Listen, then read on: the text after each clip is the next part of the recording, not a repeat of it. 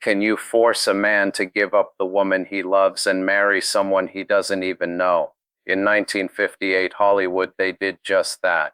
And the victim was one of the world's most famous singers. So what did this man do that made Hollywood's most powerful boss want to kill him? Chicago, January 1958. A snowstorm blanketed the city, but the sweat pouring down Sammy Davis Jr.'s back wasn't from the cold. He stood on the lobby floor of the Lorain Motel, dressed in a white tuxedo, a gleaming glass prosthetic in his left eye, and a trembling whiskey glass in his right hand. He was getting married in 15 minutes, but he had never even kissed his bride before. In fact, he wasn't entirely sure of her name, Lorain or Lorain. Records conflicted. It didn't matter, because this wedding wasn't born of love, but of survival. Outside the hotel, 3 black Cadillacs were parked. 6 men waited inside. Sammy knew who they worked for, Harry Cohn, for the boss of Columbia Pictures, who had brought all of Hollywood to its knees. And Cohn's order was clear: marry a black woman within 48 hours, or you'll never step on a stage again. Your legs will become useless. One eye is already gone, we can take the other. Sammy took another sip from the glass, his hands trembling, the whiskey spilling down his lapel. Even Frank Sinatra couldn't save him this time. Dean Martin hadn't answered the phone. The Rat Pack, Hollywood's most powerful gang, had remained silent in the face of Harry Cohn's wrath, because everyone knew one truth: Cohn wasn't just a studio boss. Behind him was Sam Giancana. There was Mickey Cohen. There were the mafia empires of Chicago and Los Angeles. And Sammy Davis Jr., with a single mistake made 2 months ago, had challenged this empire. That mistake: loving Kim Novak, loving the white, blonde, most valuable star of Columbia Pictures, kissing her, dining with her at a secret restaurant on Sunset Boulevard at night, and one night, just one night, being spotted in the car while dropping her home. A Hollywood reporter-photographer hadn't caught that moment, but something worse had: Harry Cohn's private detectives. Now Sammy preparing to marry a woman he didn't know. His mind drifted back to that night 2 months ago. Kim's perfume still seemed to linger in his nose, her laugh, her voice, not with a soft Swedish accent, but carrying a Midwestern American warmth. And in Harry Cohn's office, sitting on a leather armchair, everything shattered as the boss pounded the table and shouted, "That girl is mine, not yours. Who do you think you are touching her? You're a Negro, Sammy. A talented Negro, yes, but still a Negro. And if you touch my star, I will destroy you." Sammy hadn't answered at that moment, because he couldn't. Harry Cohn was right. In 1958 America, a relationship between a black man and a white woman was not just a scandal, it was a death sentence. But Sammy hadn't given up. He had continued to call Kim. He had arranged secret meetings. They had been together behind the protected walls of Frank Sinatra's Palm Springs home. And Harry Cohn had found out. He had found out everything. Now on the lobby floor, Lorain White approached Sammy. 23 years old, black, a beautiful chorus girl. He had only spoken to her twice, the first time 3 days ago in an urgent phone call. "You need me, I know, but why?" Lorain had asked. Sammy couldn't answer. How could he explain? Would he say, "I'm using you to save my life"? The second call had happened yesterday. In a cafe, his eyes constantly on the window, checking if they were being followed. "The marriage won't be real," Sammy had said. "We'll divorce in 6 months. I'll pay you money. I just have to do this." Why had Lorain agreed? Perhaps for the money, perhaps for the dream of fame. Perhaps being with someone like Sammy Davis Jr. would be the greatest memory of her life. But now, as she stood before him in her wedding attire, there was something different in Lorain's eyes. Fear, because she too had seen the Cadillacs outside the hotel. She too had noticed the men waiting. The Reverend arrived. An old black man, thick-lensed glasses, his voice trembling. Sammy didn't know who had found him. Perhaps Arthur Silber, his closest friend. Perhaps George Rhodes, his pianist. It didn't matter. What mattered was that this marriage be officially recorded, so that Harry Cohn could be shown proof. "Look, I got married to a black woman. I followed your rules. Now leave me alone." The ceremony began. If you've made it this far, you're only at the beginning of this story. The truths behind this forced marriage, one of Sammy Davis Jr.'s darkest secrets, expose the ugliest filth of Hollywood's golden age. If you're curious about the rest, subscribe and turn on notifications, because this story goes much deeper than Sammy's affair with Kim Novak. Let's go back 6 months. Summer of 1957, Los Angeles Columbia Pictures Studio. Sammy Davis Jr. had been called to the studio for a screen test that day. He was going to audition for a role in the film Anna Lucasta, but the real reason was different. Harry Cohn wanted to tie Sammy to the studio, because Sammy was at his peak that year. His Broadway show, Mr. Wonderful, was breaking records. His records were climbing the Billboard charts. Frank Sinatra had inducted him into the Rat Pack. Sammy was no longer just a singer-dancer. He was a cultural icon, and Harry Cohn loved to control icons. As Sammy entered the studio, he bumped into her in the corridor. Blonde, long-legged, blue-eyed, a script in her hand, wearing a white dress. Kim Novak, Columbia Pictures' highest-earning star that year, she had broken ground with the film Picnic. She had starred with Frank Sinatra and Pal Joey. The studio was marketing her as the next Marilyn Monroe. But Kim wasn't Marilyn. She was more distant, more mysterious. And Harry Cohn's obsession with her was disturbing. Cohn didn't just see Kim as an employee. He saw her as his property. He decided who she would date, where she would live, what she would wear. Kim had no private life. There were only fake relationships approved by Harry Cohn, arranged dates for photographers, false loves that fed the image the studio wanted. Sammy and Kim spoke for only 3 minutes in that corridor. "Hello, I'm Kim." "Sammy, I watched you in Picnic. You were wonderful." "Thank you. I watched you on stage too, on Broadway. Your dancing is incredible." A simple conversation, politeness, professional distance. But those 3 minutes triggered something. Curiosity. Sammy wanted to see Kim again, not just for her beauty, because Sammy had met dozens of beautiful women in his life. There was something different about Kim, a fragility. You could feel that she was being crushed behind the spotlights. And Sammy was too. While dancing under the stage lights, he was alone backstage. His one eye, his black skin. Always the outsider, always the not good enough man. Perhaps that's why he saw himself in Kim. 2 weeks later, they met again. This time it wasn't accidental. Sammy had consciously planned to go to the studio. Excuse, a music meeting with George Dunning. Real reason to see Kim. And he did. In the studio cafeteria, sitting alone with a cup of coffee and a half-eaten sandwich. Sammy approached her. "Is it forbidden to sit alone here?" Kim laughed. She remembered Sammy. Sitting alone is the safest option sometimes. "What do you mean?" "I mean this. Everyone in this studio is watching someone. Everything you do is reported. If you talk to anyone, it'll be in the gossip column tomorrow. It's exhausting." Sammy sat down, uninvited.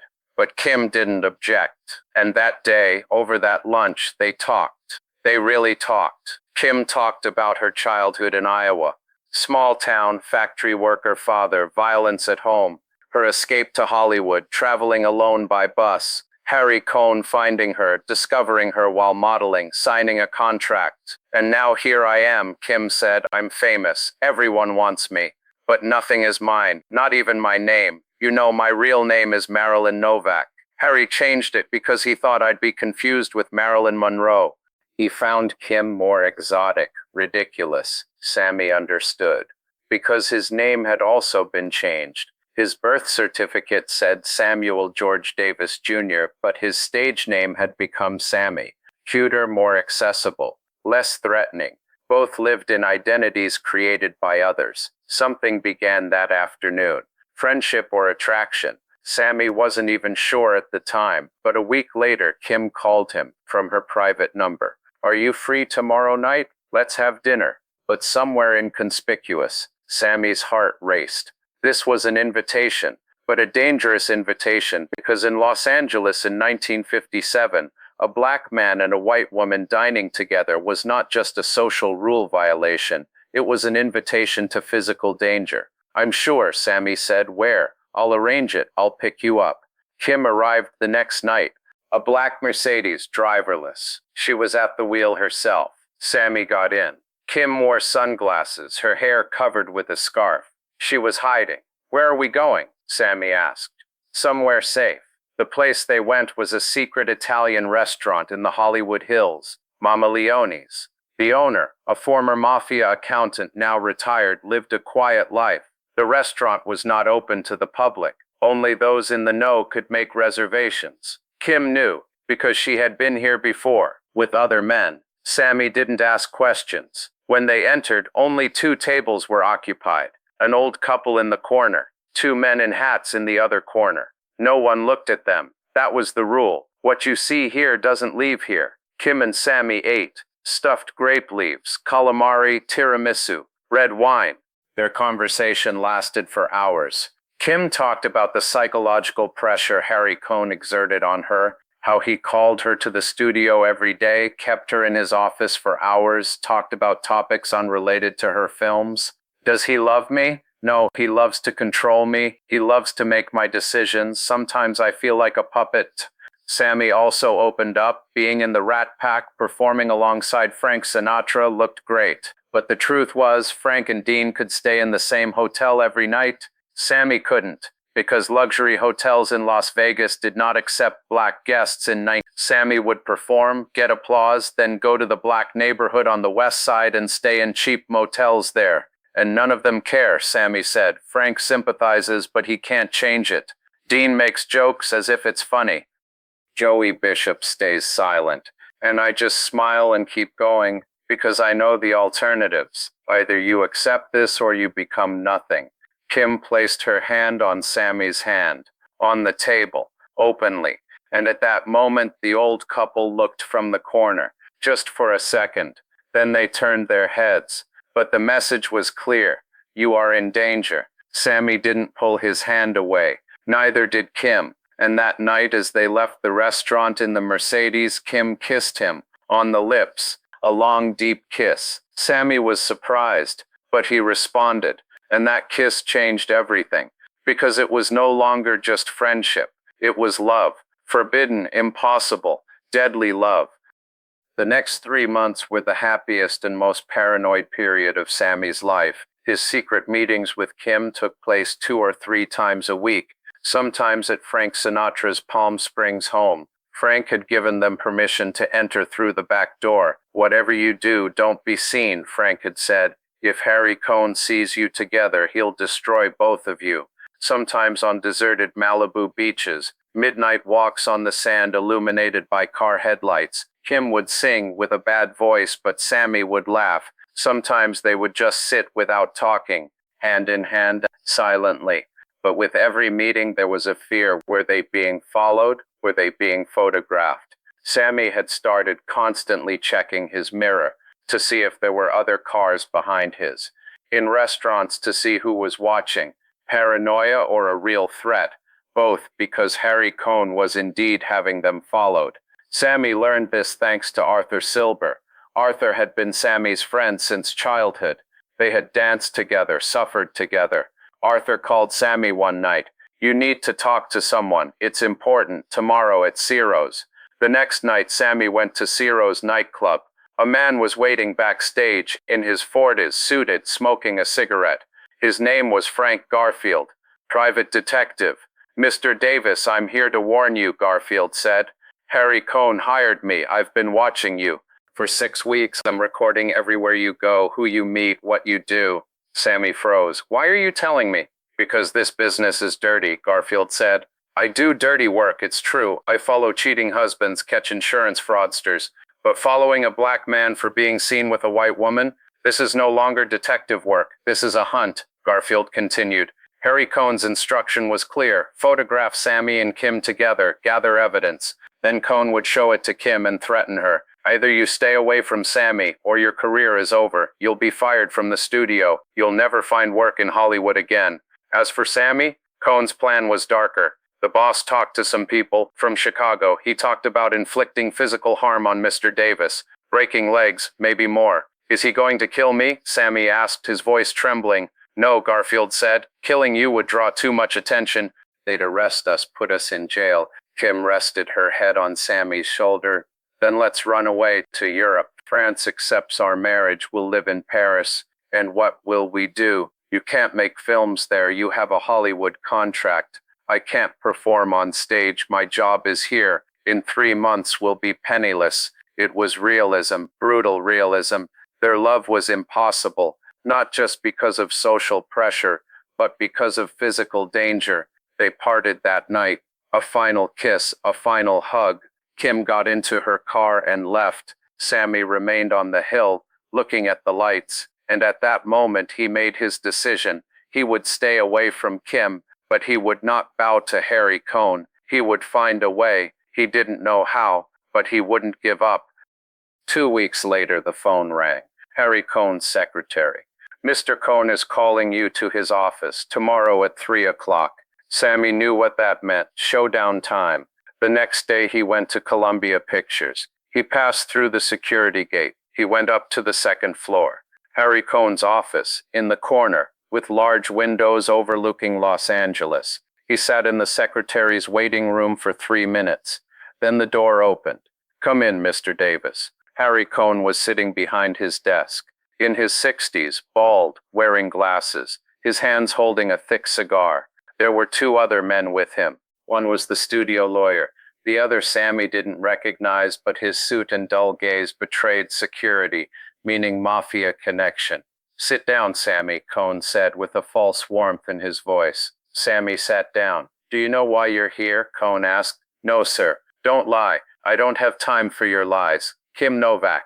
Cohn threw an envelope onto the table. Sammy didn't open it. I don't want you to look inside, Cohn said, because there are no photos in it yet, but there could have been. My men followed you. Palm Springs, Malibu, Mama Leone's, everywhere. You're lucky you stayed in the dark, but next time you won't be so lucky. Sammy listened silently. Kim Novak is my star, Cohn said. I can't let someone like you touch her. Who are you? A talented Negro, yes. You dance well, you sing. I love you, Sammy. I really do. But let's be real. You're a Negro. She's a white woman. They can even take away that beautiful voice of yours. They can crush your throat. Do you understand now? The other man in the room, the mafia connection, smiled slightly. Message received. 48 hours, Cohn said. Get out. Sammy left. His legs were shaking. He walked to the parking lot, got into his car, grabbed the steering wheel, but didn't start driving. He sat there for 10 minutes. Then he put his head on the steering wheel and cried. For the first time in his life, he felt completely helpless. As a child dancing on vaudeville stages, it was hard, but at least he had control. Losing his eye in a car accident was terrible, but he had survived. But now his life was in someone else's hands, and that person was ruthless. Sammy called Arthur Silber. We need to meet. Urgent. An hour later, Arthur arrived at Sammy's Sunset Boulevard home. Sammy explained the situation. Harry Cohn's threats. 48 hours. Forced marriage. Arthur was also shocked. This is insane. You can't do this. He can, Sammy said. And he will. He has the mafia behind him. I'm just a singer, Arthur. I can't fight these guys. Arthur thought for minutes. He watched outside the window, a whiskey glass in his hand. Then he turned. Okay, if you have to get married, you'll get married. But on our terms. What do you mean? I mean this. We'll find a woman, a trustworthy one, someone who understands the situation. You'll make an agreement with her. You'll be married for 6 months, then you'll divorce. Simple, clean. Harry Cohn will get what he wants. Photos showing you married to a black woman, and you'll survive. But who? Who would agree to something like that? Arthur smiled, a bitter smile. Money makes everything acceptable, Sammy. How much are you willing to pay? Sammy thought. His career, his life, his legs, whatever it takes. Okay, I'll talk to a few people, but first you need to talk to Frank. Frank, why? Because Frank Sinatra is the only real power you have in this city. Harry Cohn has mafia connections, it's true, but Frank does too, and Frank loves you. Maybe he can do something. I can't, Frank said. I'm sorry, buddy, I really am. Dean Martin spoke. Get married, Sammy. 6 months, then divorce. Who cares? I care, Sammy said. Kim cares. This is unfair. This is tyranny. The world is unfair, Peter Lawford said, especially this world. Hollywood is unfair. America is unfair. You're black, Sammy. Kim's white. This combination doesn't work in maybe 20 years later, maybe 50 years later, but not now. Sammy drank, finished his martini, asked for another. And that night by the pool with the Rat Pack, he made his decision. He would get married because he had no other choice. The next day, Arthur called. I found someone. Her name is Lorain White, 23 years old. Chorus girl. She's looking for some money, but she has a good heart. You can talk to her. Sammy met Lorain in a cafe, a small place in Watts where black customers frequented. Lorain was beautiful. Light brown skin, big eyes, a shy smile. Sammy explained the situation to her. Most of it, he didn't give all the details. He didn't mention Kim Novak. He didn't name Harry Cohn. He just said, I need to get married quickly and we'll divorce in 6 months. I'll pay you $10,000, cash. Lorain's eyes widened. $10,000 was a small fortune in 19. Why did you choose me? Because they said you were trustworthy, and because you can help me. Lorain stirred her coffee. This marriage won't be real, will it? No, only on paper. We won't live together. We'll just take photos for the press. Then everyone will go their own way, and after 6 months, we'll divorce quietly. By agreement, you'll get your money. I'll continue my life. Lorain thought for a long time. Then she looked up. Okay, I'll do it. Sammy was relieved. Thank you, really. I'll never forget this. But there was something in Lorain's eyes, a sadness, because she also understood this was a business arrangement. There was no romance, no love. There was only survival. And so here we were. Chicago. Lorain Motel. January 9th. Snowstorm. Sammy. White tuxedo. Trembling hands. Lorain, white dress, fear in her eyes. The Reverend, the Holy Book, reading in a trembling voice. Mr. Samuel George Davis Jr., do you take this woman, Miss Lorain White, to be your wife? Sammy swallowed. I do. Miss Lorain White, do you take this man, Mr. Samuel George Davis Jr., to be your husband? Lorain's voice was a whisper. I do. Then by the authority vested in me, I pronounce you husband and wife. You may kiss the bride. Sammy leaned in. Lorain did too. Their lips lightly, very lightly, almost imperceptibly kissed. There was no applause, no music, only silence. Arthur took photos, Polaroid camera, 3 photos. Sammy and Lorain side by side trying to smile. The photos would be sent to Harry Cohn as proof. The ceremony ended. It had lasted 10 minutes. Sammy hugged Lorain. He whispered in her ear, I'm sorry, I'm really sorry. Lorain didn't answer. She just nodded and smiled. When they went outside, it was still snowing.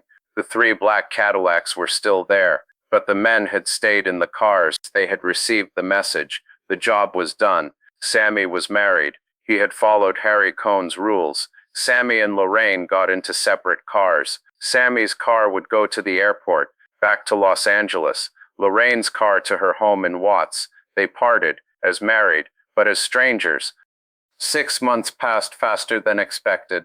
Sammy returned to the stage. Las Vegas, New York, Chicago. Lorain continued her life. Chorus work, small clubs. They saw each other only twice, both for press photos, the image of a happy couple. But in June 1958, Sammy called his lawyers, start the divorce proceedings. The lawyers were surprised. But it's only been 6 months. People will wonder. I don't care, Sammy said. I can't keep up this lie anymore.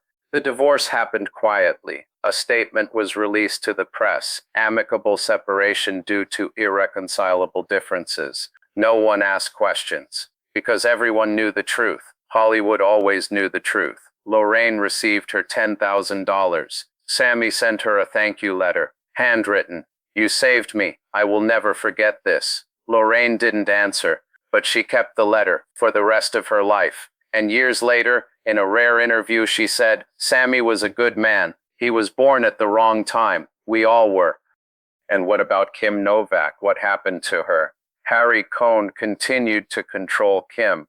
But after Sammy, something changed inside Kim. She was no longer an obedient star. She began to rebel. She opposed role choices. She refused Harry's date arrangements, And at the end of 1958, she did not renew her contract. Harry Cohn went wild. "You can't leave me. I created you." "No," Kim said, "you controlled me, but you never created me. I was already here." Kim left Columbia Pictures. She started making independent films. She starred in Hitchcock's Vertigo, the peak of her career, but Harry Cohn's wrath followed her. She was blacklisted in Hollywood. Big studios were afraid to hire her. And Sammy and Kim never spoke again. But years later, in the 1980s, they met at a gala event. Kim in her 60s, still beautiful. Sammy in his 50s, still charismatic. They met each other's gaze in the crowd, and at that moment they remembered everything. Mama Leone's, Malibu, Palm Springs, love, fear, separation. Kim smiled, Sammy too, but they didn't approach, because there was no need anymore. The past was in the past, but that smile said everything. "I haven't forgotten. I still remember you." And in those moments we were happy. Even if it was brief, we were truly happy. Harry Cohn died in February 1958, heart attack, just a few weeks after Sammy's forced marriage. His funeral was Hollywood's biggest ceremony. Thousands of people came, but most came not because they loved him, but to celebrate his death. A journalist wrote, "The only reason so many people came to his funeral was to make sure he was really dead." Sammy didn't attend his funeral. That's how he sent his message. Kim Novak moved to Oregon in the 1990s. A quiet life. She paints, raises horses. She doesn't give interviews. She doesn't talk about her past. But in 2012, in a rare interview, a journalist asked, "Are the rumors about Sammy Davis Jr. true?" Kim smiled. "Some stories shouldn't be told, because when you tell them, their magic disappears. But yes, he was a special person, very special." Sammy Davis Jr. died in 1990, throat cancer. 64 years old, thousands of people were at his funeral. Frank Sinatra, Dean Martin, Liza Minnelli, Michael Jackson. But Kim Novak didn't come, because if she had, the press would have asked questions, and some secrets had to be carried to the grave. But that night, in her home in Oregon, Kim lit a candle, silently, and prayed for Sammy. Not for Kim, just for Sammy, because he had fought his whole life for something he never had, freedom. This story shows the dark side of Hollywood's golden age, glitter, glamour, the world of stars. But behind the curtain there was cruelty, control, racism, violence. The story of Sammy Davis Jr. and Kim Novak shows that love is not always enough. Sometimes the system is so powerful that individuals cannot fight it. They just try to survive.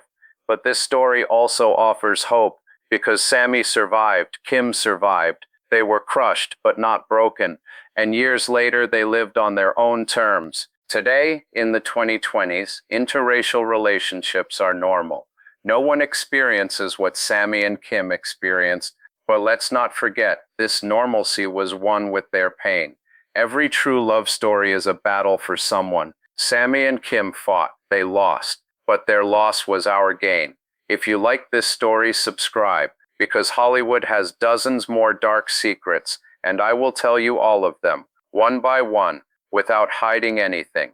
The forbidden love of Sammy Davis Jr. and Kim Novak ends here, but the real questions still remain.